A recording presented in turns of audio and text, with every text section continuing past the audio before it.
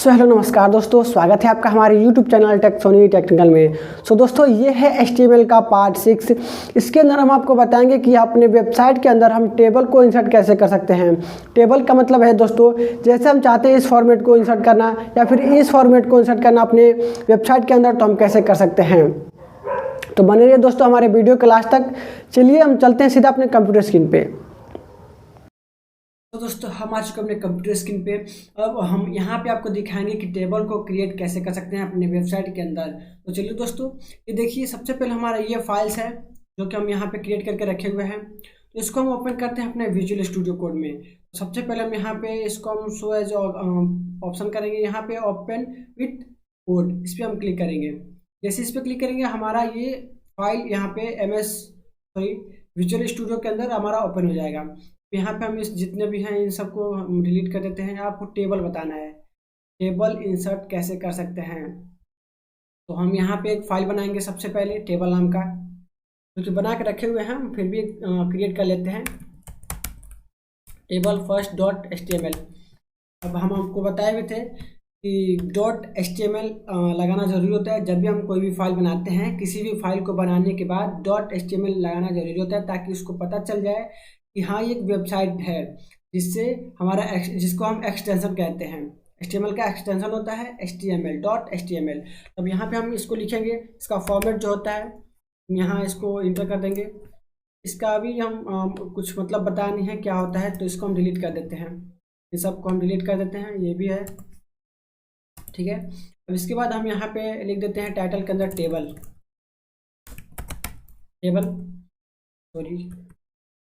Table. अब इसके अंदर हम लिखेंगे, सबसे पहले तो आप टेबल बना रहे हैं, तो टेबल बनाने से पहले आपको लिखना पड़ेगा सबसे पहले एक वो टैग होता है जिसको हम कहते हैं टेबल नाम का। तो सबसे पहले हम यहाँ पे क्रिएट करेंगे एक टेबल टैग, ठीक है, जिसके मदद से हम इसको HTML को समझाते हैं कि हम एक टेबल बनाने जा रहे हैं। अब टेबल के अंदर हमको क्या करना है, जैसे मान लीजिए अगर यहाँ पे आप देखे होंगे ये आपको प्रिंट करना है। जैसे हम एग्जांपल दे देते हैं, यहाँ पे आपको दिख जाएगा, यहाँ कुछ करते हैं। यहाँ पे देखिए पहला है नेम एंड एड्रेस, ठीक है। तो नेम को हमको पहले प्रिंट करना है, जो हेडिंग होता है। जैसे हम इसको हेडिंग बनाना चाहते हैं तो हमको उसको ऊपर हम प्रिंट करेंगे। तो सबसे पहले लाइन में नेम एंड एड्रेस हमको चाहिए। तो हम यहाँ पे सबसे पहले टेबल के अंदर हम आ जाएंगे और यहाँ पे हम लिखेंगे, क्या लिखेंगे, यहाँ पे लिखेंगे हम TR का क्या मतलब होता है आगे हम बताएंगे आपको। TR का हो गया ये TR का मतलब अब इसके आगे हम लिखेंगे हम TH के अंदर जो भी हमको हेडिंग लिखना होता है हम लिखते हैं TH के अंदर। तो हम यहाँ TH को ओपन किए हैं।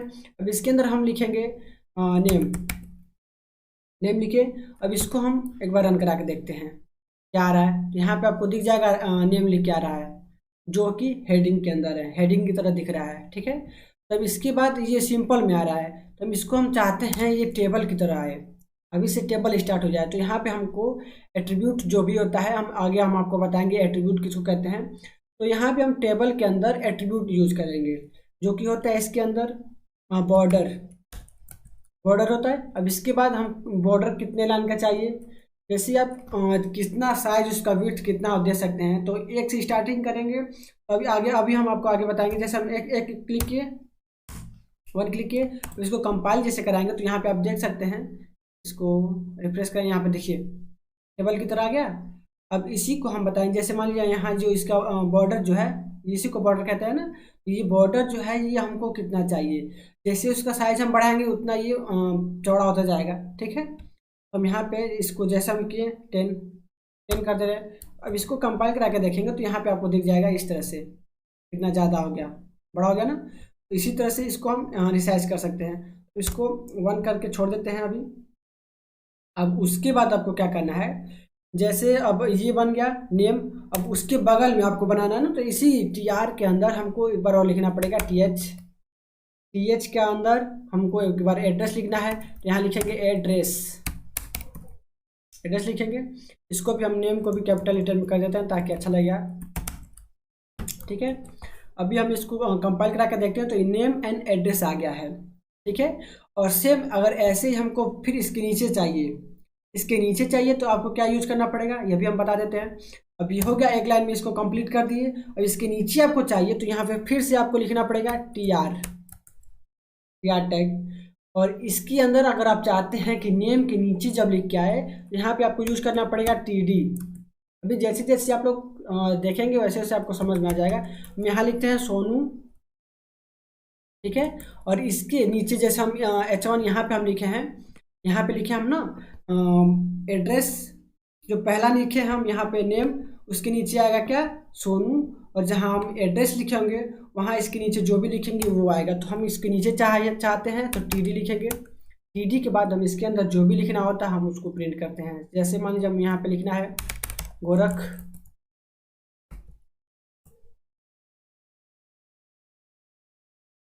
यहाँ इस तरह से लिखिए। इसको हम जैसे करेंगे यहाँ पे देखिए सोनू गोरखपुर लिख के आ गया। सेम इसी तरह से हम बहुत सारा टेबल्स यहाँ पे क्रिएट कर सकते हैं जो कि हमारा वेब पेज पे है, यहाँ पे इंसर्ट हो रहा है, ठीक है ना।